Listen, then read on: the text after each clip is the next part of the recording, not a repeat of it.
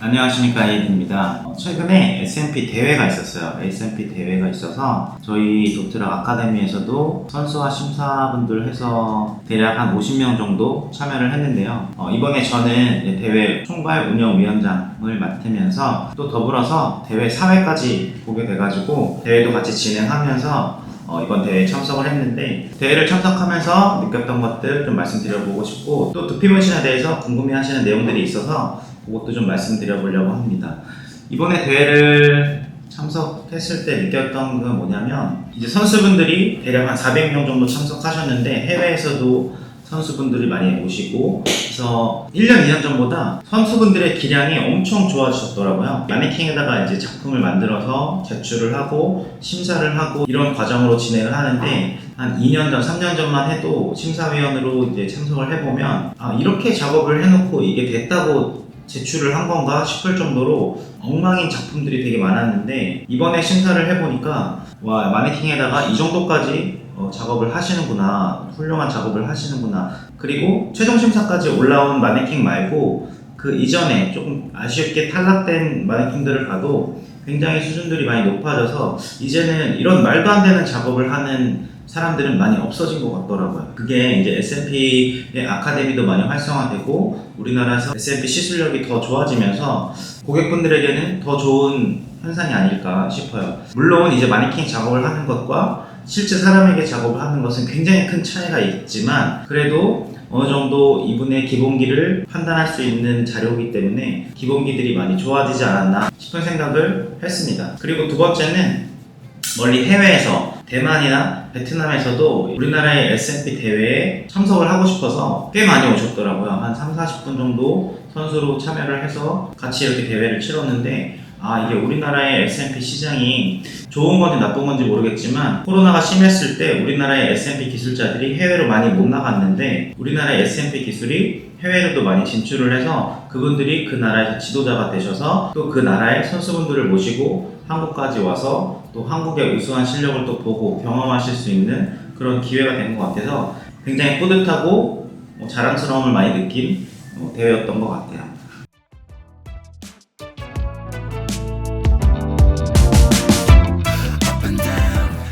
자, 그리고 고객분들께서 이제 여름철만 되면 많이 물어보시는 것들이 있는데요.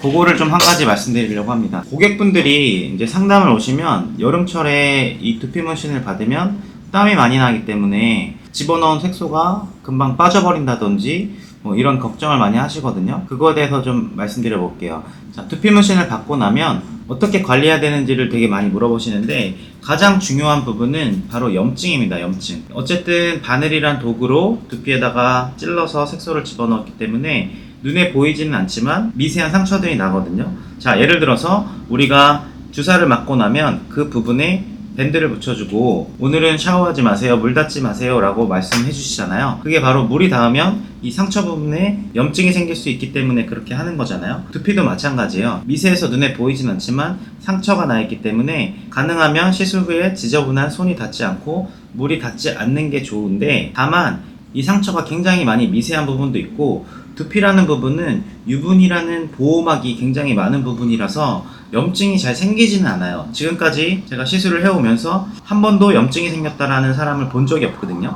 그러니까 사실 두피문신 시술을 하고 어떤 관리가 필요하다는 부분에서 볼 때 이 관리는 염증이 생길까봐 조심을 하는 것이지, 사실 시술 후에 내가 관리를 잘 못해서 시술한 것이 퍼지거나 아니면 색이 빨리 빠지거나 이런 거에는 거의 영향을 미치지 않는다는 얘기예요. 손님이 시술을 받고 머리를 며칠 후에 봤는데 시술한 부분이 점이 색소가 퍼졌다고 해볼게요. 그러면 고객님들은 사진을 찍거나 내가 시술받은 업장을 찾아가서 그 원장한테 얘기를 하겠죠. 이거 왜 그런 거냐. 그럼 원장들은 머리를 언제 감았느냐, 술은 언제 드셨느냐, 손을 대지 말라고 했는데 손은 대셨느냐, 어쩌고 저쩌고 별의별 핑계를 다 대면서 본인이 잘못 시술해놓고 고객의 관리 잘못으로 인해서 색소가 퍼졌다라고 책임을 전가하려는 포인트를 잡으려고 하는 것이죠. 사실 시술 받고 나서 바로 머리 감아보세요. 색소가 퍼질까요? 절대 퍼지지 않습니다.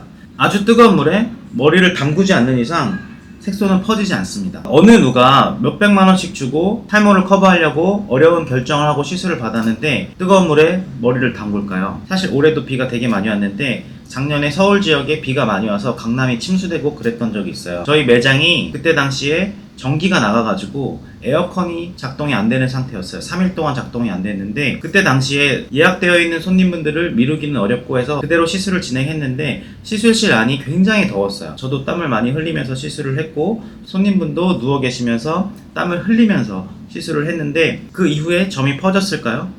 절대 그렇지 않습니다.